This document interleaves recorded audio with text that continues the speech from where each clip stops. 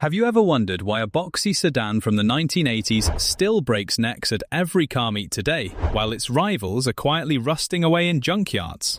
You see them everywhere, from track days to pristine garage collections, and everyone seems to want one. But what exactly makes the BMW E30 such an untouchable icon? This isn't just another nostalgic look back at a retro car. We are going to look under the skin, behind the dashboard, and into the exact engineering decisions that turned a simple, compact executive car into the benchmark for everything that followed. Think about the automotive landscape back in 1982. The fuel crisis had left a bad taste in everyone's mouth, and cars were mostly uninspiring, heavy, and choked by early emissions equipment. BMW had the E21, the predecessor to the E30, but it was notorious for tricky handling. The rear suspension geometry of the E21 had a nasty habit of snap oversteer if you lifted off the throttle mid-corner. It was a widowmaker in the wet. So, the engineers in Munich knew they had to get the next generation absolutely right. They brought in designer Klaus Luther, the man who shaped the modern look of the brand. He smoothed out the shark nose just enough for aerodynamics, but kept the aggressive, forward-leaning stance.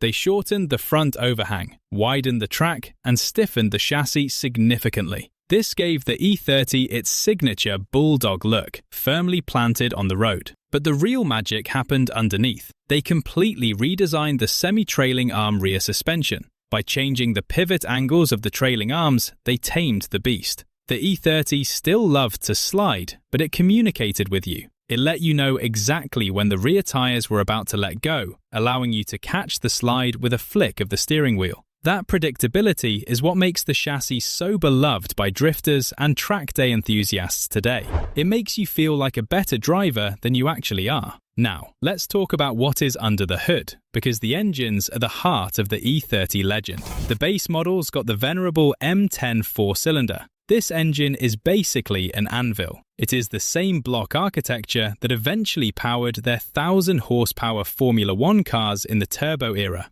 It is not fast, but it will outlast the cockroaches. But the engine you really wanted was the M20 inline-six. This engine transforms the character of the car. It is a single overhead cam design, naturally aspirated, and it sings a mechanical symphony that modern turbocharged engines simply cannot replicate. The 2.5-litre version in the 325i pushed out around 168 horsepower. In a car that weighed just over 2,500 pounds, that was plenty to get you in trouble. It used the Bosch Motronic engine management system, which was highly advanced for its time, integrating fuel injection and ignition timing into one digital brain. But the M20 has an Achilles heel that every owner needs to know about. It uses a timing belt, not a chain. If that rubber belt snaps, the pistons will smash into the valves, and your glorious German inline-six turns into a very expensive coffee table. You absolutely must change that belt every 4 years or 50,000 miles. No exceptions.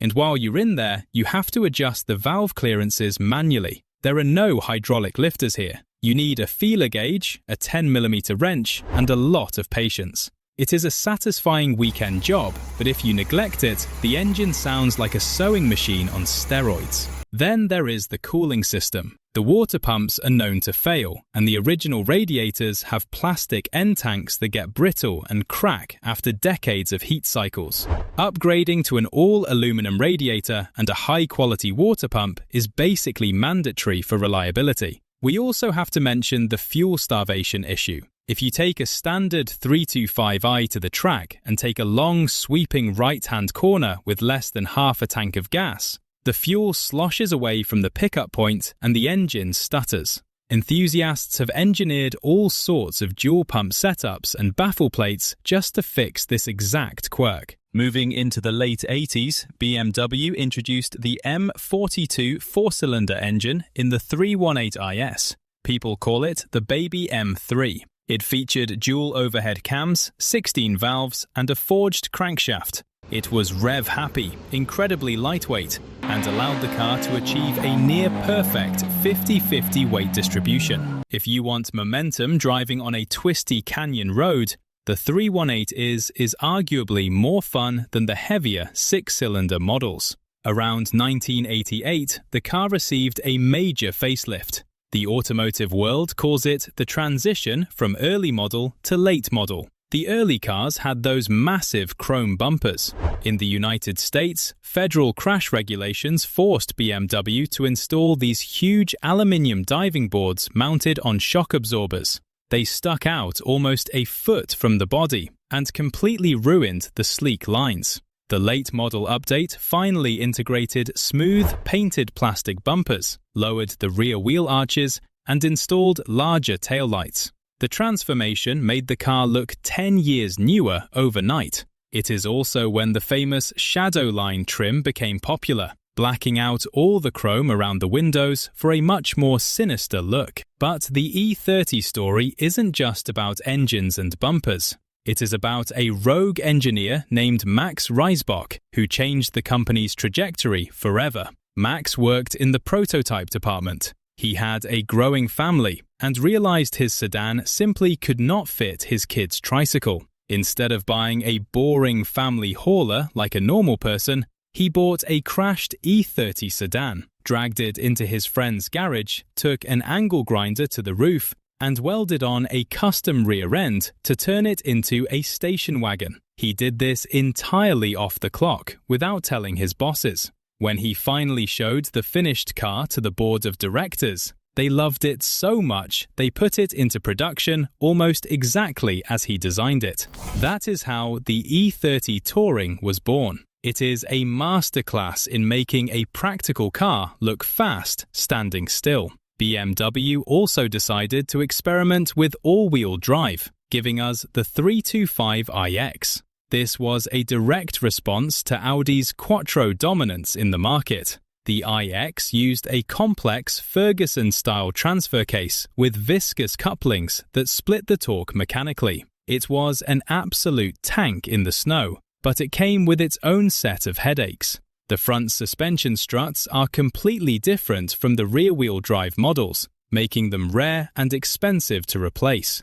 The track width is wider, and the factory gave it distinct fender flares to cover the unique wheels. The transfer cases can wear out, and finding parts today requires deep pockets and international shipping. Sitting inside an E30 is an ergonomic revelation. The dashboard is angled aggressively toward the driver, wrapping around you like the cockpit of a fighter jet. Every button, every dial is exactly where your hand expects it to be. Above the rearview mirror, there is an active check control panel. It has little red LED lights that tell you if a tail light is out, if your washer fluid is low, or if your coolant is dropping. In the 80s, this felt like spaceship technology. The seats, especially the optional Recaro sport seats with the pull-out thigh bolsters, hold you in place perfectly during hard cornering. You also had a choice of wheels. The standard alloys were the famous bottle caps, which looked like, well, bottle caps. But the holy grail for factory wheels were the BBS basket weaves. They are an absolute nightmare to clean because of all the tiny spokes, and you will scrub your knuckles raw. But nothing else looks quite right on this chassis. The interiors, however, do not age perfectly. The dashboards are notorious for cracking under the sun. Finding a crack-free dashboard today is like finding a unicorn. The odometer gears are made of a soft plastic that inevitably turns to mush, meaning almost every E30 out there has true mileage unknown. And let's talk about the shifter. When fresh, the Getrag manual transmissions feel like a bolt-action rifle. But after 30 years, the rubber bushings in the shift linkage disintegrate, making it feel like you are stirring a pot of soup. Fixing it requires dropping the exhaust, lowering the driveshaft, and dealing with the infamous bitch clip on the selector rod.